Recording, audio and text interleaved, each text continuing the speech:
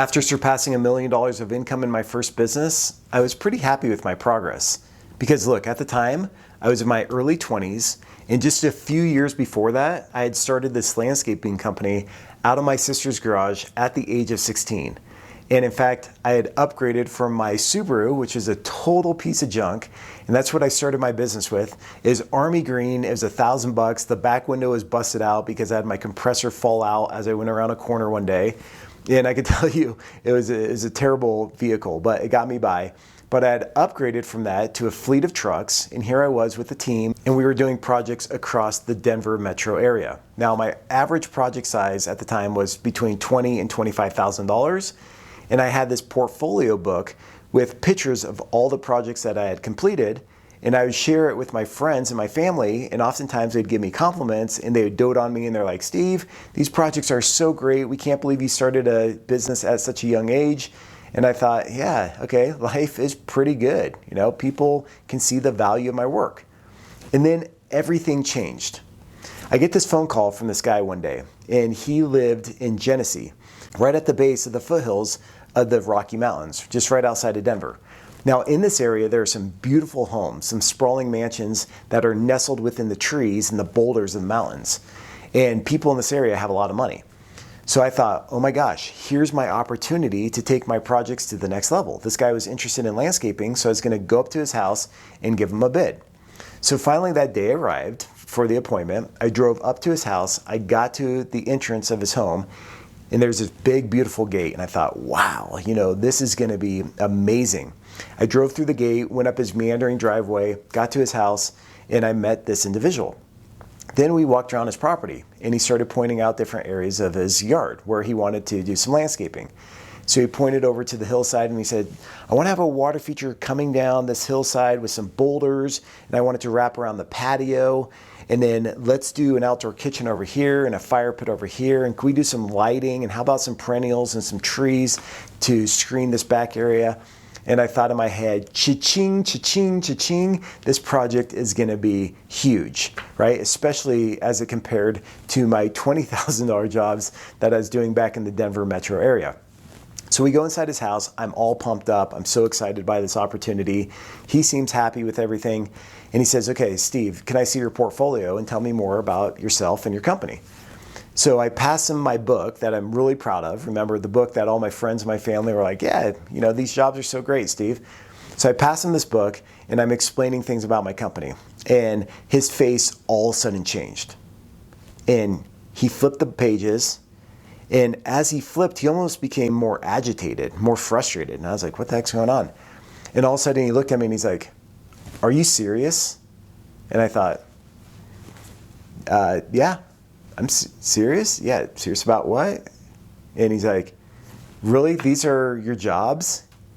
He's like, "This looks like something a home builder would do, like a starter home builder would put in." He's like, "These projects are pathetic. I mean, they don't even look great. Look at this, look at that." He's like, "This is not the quality I'm looking for." And all of a sudden my heart sunk, and I got that pit in my stomach where I didn't know if I needed to throw up or what. And he slid the book across the table back at me, and he's like, "All right, you can leave." And I was like, okay, that ended super abruptly. We stood up, we walked to his front door, he shut the door behind me, and I got in my truck, and I could tell you, like, no shame, I completely broke down. It was like the worst ugly cry you've ever seen. I was bawling. I was like absolutely devastated. It felt like somebody just punched me in the gut and then kneed me in the groin. And I drove back to Denver, and I was so sad. I was so depressed. And also I was kind of frustrated and resentful of my friends and family at the time, because I thought, what the heck? Were they lying to me this whole time? They were telling me how great my jobs were, but in fact, maybe they were terrible.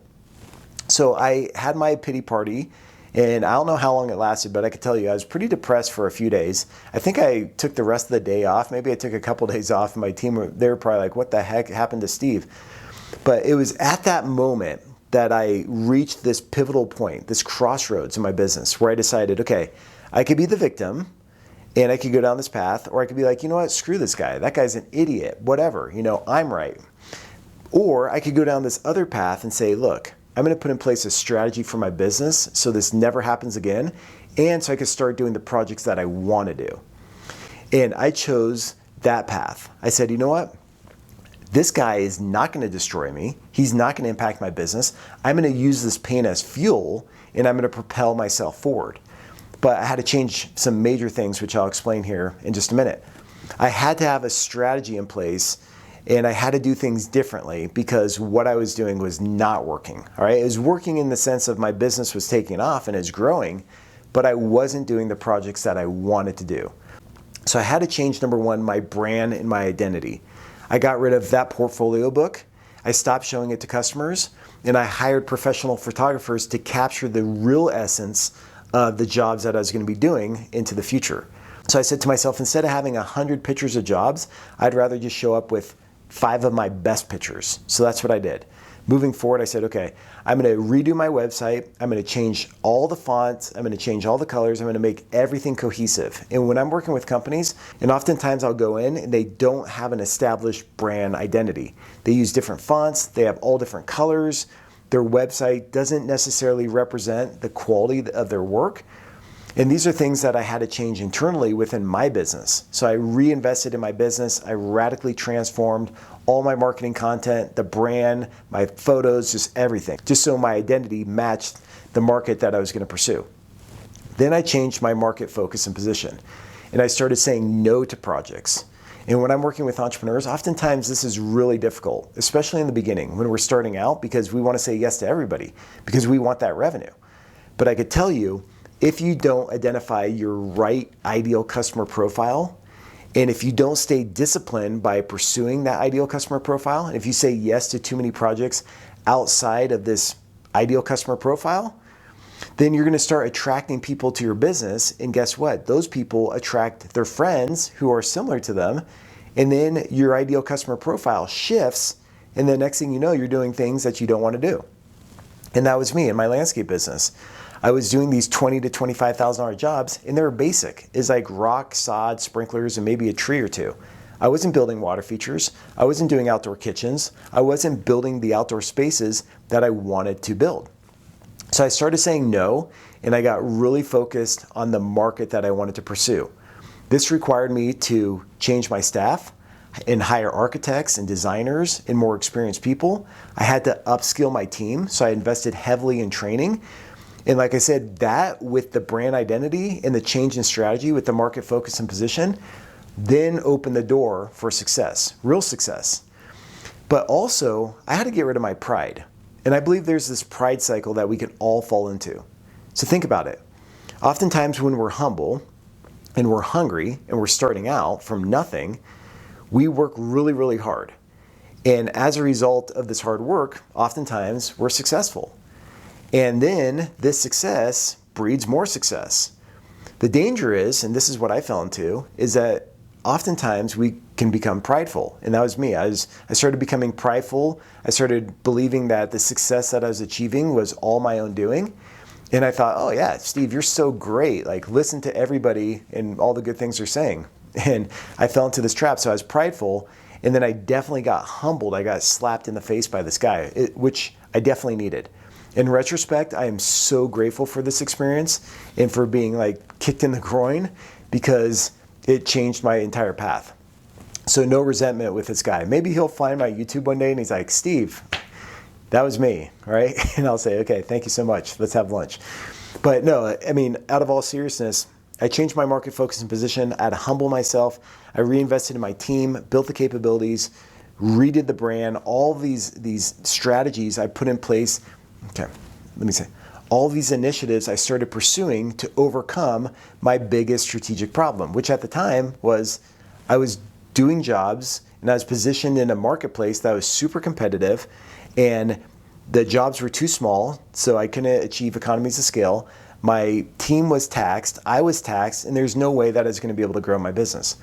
So after changing all this, my business went from $1 million in revenue to $3 million in revenue in just a matter of a couple years. And then everything else changed from there. We started winning awards. We started doing bigger jobs. My average job size went from $20,000 up to $200,000. I even landed a job that was about $1 million, and everything changed in my business. And finally, I was doing the projects that I wanted to do. but it took that sucker punch to the gut in order to change my trajectory. And that's what I want you to hear now, is that sometimes we get punched metaphorically by the market, by a client, by competition, whatever it may be. But if we can use that experience and leverage that pain to put in place a better strategy and to pursue the right initiatives, I can tell you, your business will become radically successful, like in ways that you never thought would be possible. So I wanted to share that experience with you. That's what's on my heart today. But I can tell you that by pursuing the right strategy in business and getting your market focus and position right, and clearly identifying your ideal customer profile, and all these things that I talk about on this podcast, it really does make a difference, and it made a difference in my life and in my business career. And this experience served as the launch pad for further future success. All right, that's all I have for today. And until next time, take care of yourself. Cheers.